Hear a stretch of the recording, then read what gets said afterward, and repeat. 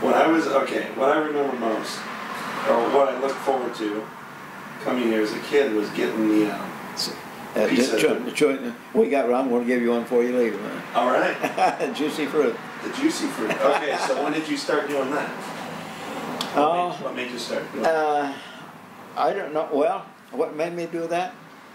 I remember when I was living with my aunt at Norton's Corner. She had a grocery store out there 3 miles south of Gilbert, and the grocery store there.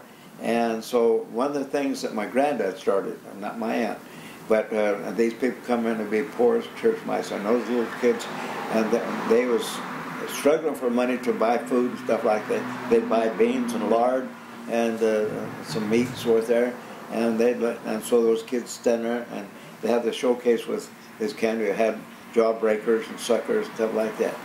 And man, if the guy spent more than $4 or $5, my granddad, all depends on the kid. He didn't get great big ones, it's worth there, but all the little kids, he'd always get them a sucker, it's worth there.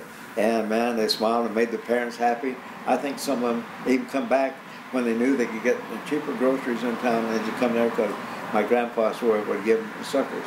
That's what I and so I give suckers or chewing up. Sometimes I give them both. So but it was kind of interesting.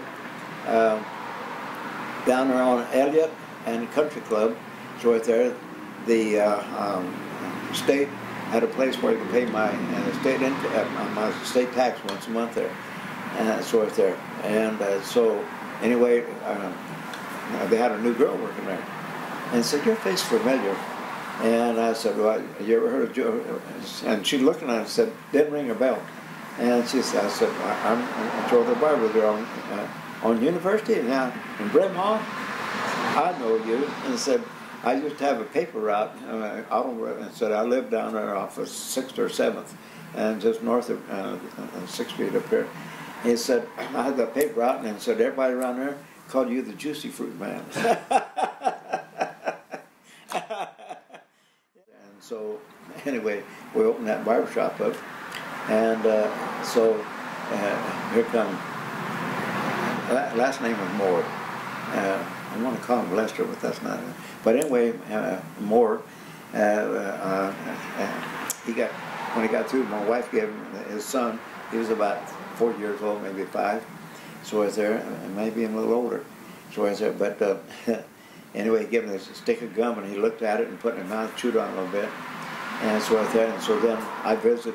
He said, "I'm sure glad you got back. I missed your stories and all that stuff." So he said, and so when he got out of the chair, his son called him over there, and it's worth there, and it had a big white glass door like this. And so I got out the door, and he looked at me, and the face turned real red, and so I'm still whispering, and he come back in and he said, "You know what he said?"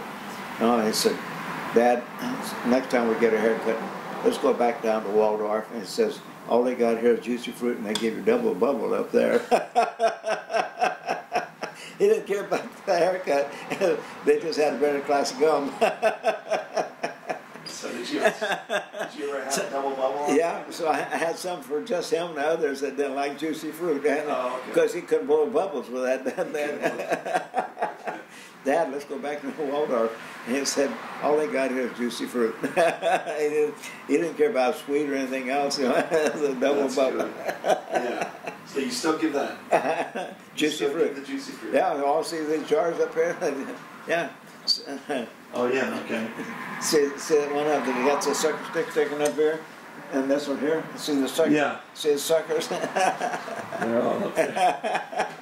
Nice. And juicy fruit and suckers. Well, what's But I know it makes the kids happy, and so they can get lousy haircuts, but they want to get. It made me happy. That was the only time I'd get that gum. But then every once in a while I'd buy it just to have that memory, you know. And it would always remind me of coming here on Saturday.